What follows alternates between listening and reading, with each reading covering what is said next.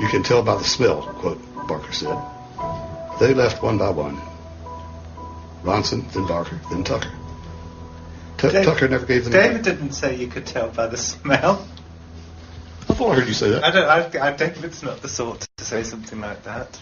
It was their demeanour you could tell. Did you say smell?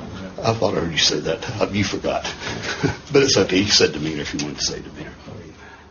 Later, in a quiet moment, I telephoned the British Embassy and asked them to call the Caesar Park and tell them we were nothing to do with Big Jim Tucker, and if they wanted to intimidate him, we were perfectly willing to turn a blind eye because he was nothing to do with us. Well, like we've done a day's work, fellas.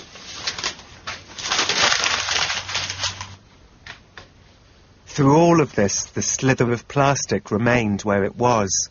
Perhaps they'd taken a look around and put the slither back where they'd found it. I slept fitfully that night, but nothing happened. We are approaching the scene of the crime again. Thursday. This was the day Jim said the limousines would arrive. Yeah, they're sealed up, but I don't see any reporters. If I still had my doubts, Jim said, today was the day I'd know that the world was nothing like they said it was.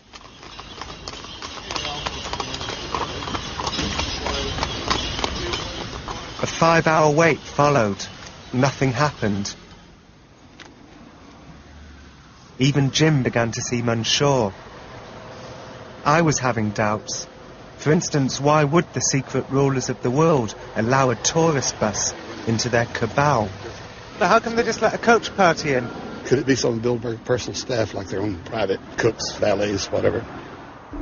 But Brendan, the photographer from the Weekly News, later said he saw something on the coach that froze him to the spot. I expected the people inside the bus to be waiters, cleaning staff. As the bus drove in, I focused on one person and he was staring at me. He surveyed me. It looked like he was staring right through me and actually looking down. It looked like he was looking down on me. And I realised that it was Peter Mandelson. You're sure it was Peter Mandelson? I'm 100% sure it was Peter Mandelson, yes. Yeah. It was a strange stare. It was a different type of stare. It was as if he was the only person in that bus. Everybody was looking forward and he turned sideways and go slowly, slowly, slowly. It was remarkable. It really was, yeah. It's a chilling tale. Yeah, chilling tale. Then, incredibly, at 5 p.m, something began to happen.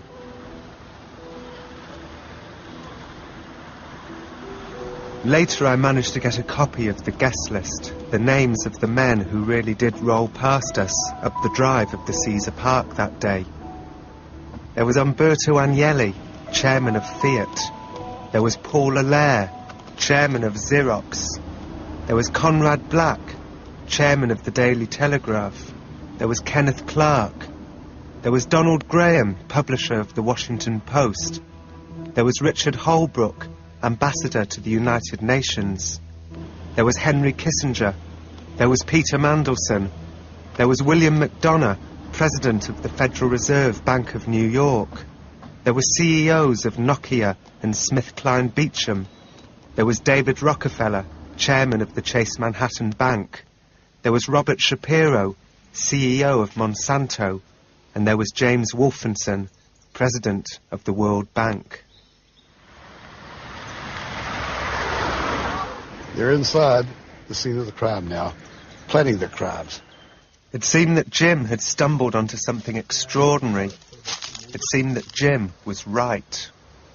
Tonight they eat, drink, and be merry. Tomorrow they start their evil work.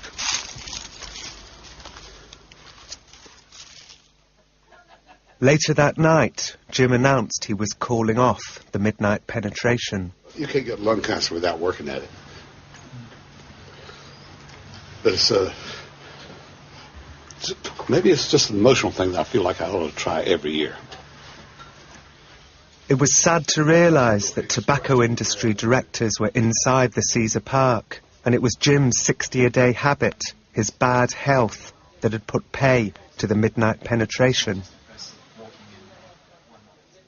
Later, back in Washington, Jim told me something extraordinary about the one time he met Henry Kissinger. So at this moment, I'm saying to him, Dr. Kissinger, at the Bilderberg meeting near Innsbruck, Austria last June, you said this, and this other man said that. Who was that other man? For a moment, he forgot to affect his German accent. His first reaction was, "Why, that is a private meeting." Then he checked himself. "That was a private meeting," or, assuming his German accent. The boy's been here since he was 14 years old. Could this be true?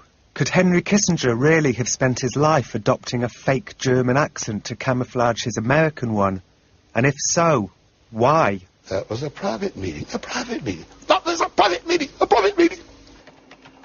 I was beginning to find it no longer possible to judge what was true and what wasn't. I needed to regain some rationality. And then I began to notice little things scattered around the Spotlight office. I decided to check the Spotlight's credentials with the Anti-Defamation League, the world's most powerful Jewish defence organisation. The ADL's job is to determine who is and who isn't an anti-Semite. What do you know about Jim Tucker and the Spotlight? The Spotlight is the leading anti-Semitic propaganda organ in the United States. Its editorial policy is very anti-Semitic and racist. And, of course, with Spotlight, all of the conspiracy theories usually circle back in upon themselves to the Jews. David and I went to Portugal with Jim Tucker because he told us about Bilderberg. He said that they were the secret rulers of the world. And I had no idea about what you're saying about Jim. I find it really utterly ludicrous that anyone could see them as the center of a world conspiracy, a worldwide conspiracy. The Bilderbergers have been getting together for a large number of years. There's nothing in the public record that shows that they have any control whatsoever on governments. Just like Jim, Gail was portraying the events that occurred in Portugal as a battle between good and evil, except that in her version, the man chasing us was not the dangerous one. The evil man was sitting in my own back seat. Looks like we have a waiting game here. I think Gail felt I'd been to a dark place. I'd allowed myself to be beguiled by racist conspiracy theorists. I'd allowed myself to see our world through their eyes. I think that if you read their materials, you'll find that although they don't say that the Bilderberg conspiracy is a Jewish conspiracy, they like to throw in enough Jewish names so it becomes clear to the average reader or respondent that that's at the bottom of what they believe. I didn't know what to think. Had Jim been using code words all this time? Was Jim being clever? They said that you were the leading anti-Semitic publication in America. They said we're number one? I told you if you stuck by me, we'd go places. Any evidence? Mm-hmm. They said that when you talk about Bilderberg, you pay special attention to the Jewish members of Bilderberg. David Rockefeller's a Baptist just like me. Well, maybe not exactly like me, but he's a Baptist. He's not Jewish. If you think about it, I suppose Rothschilds might be Jewish, but I never thought about it. I spelled their name right.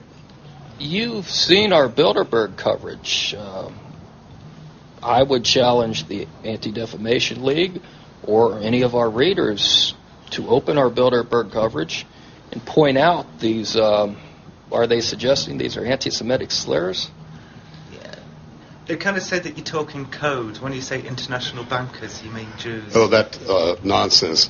Some screwball invented that some years ago. If you're in favor of law and order, that's a code word for racism. Those jackasses try to put a chill on free speech by intimidating you. If you don't agree with the cliches I dictate to you, you're a racist. And you're supposed to cringe and say, oh, I'll agree with you. Don't call me a racist. Don't throw me in the briar patch. If I want to say Jew, I'll say Jew. If I want to say international banker or international financier, I will say international banker or international financier. But how could anyone, the ADL or the Spotlight, consider Bilderberg to be a Jewish issue? Hardly any of the Bilderbergers are Jews. This really should disqualify them from being a Jewish conspiracy. But maybe the absence of actual Jews doesn't matter to the spotlight. Maybe Bilderberg is code for the old mythology of the shadowy Jewish cabal out to enslave the world. Frequently they refer to Jews as international financiers, or they talk about that strange group behind the media, or they talk about bankers, or they talk about people who are culture manipulators, the middlemen, the middlemen in New York, the New Yorkers who are causing the prices to rise so that they can put it in their pockets, but not in yours. I didn't know what to make of Gale's list of code words. Some of those phrases didn't sound to me like anti-Semitic slurs, and I remembered what conspiracy theorists had said to me about the ADL. Any of us that are working to stop the New World Order, we're their enemies, and the best thing they can call us is an anti-Semite, because then the whole world hates us. You say, anti-Semite, oh, that's the next thing towards Satan himself. I mean, that's like calling you Satan. They're a brush that the establishment uses to paint people black.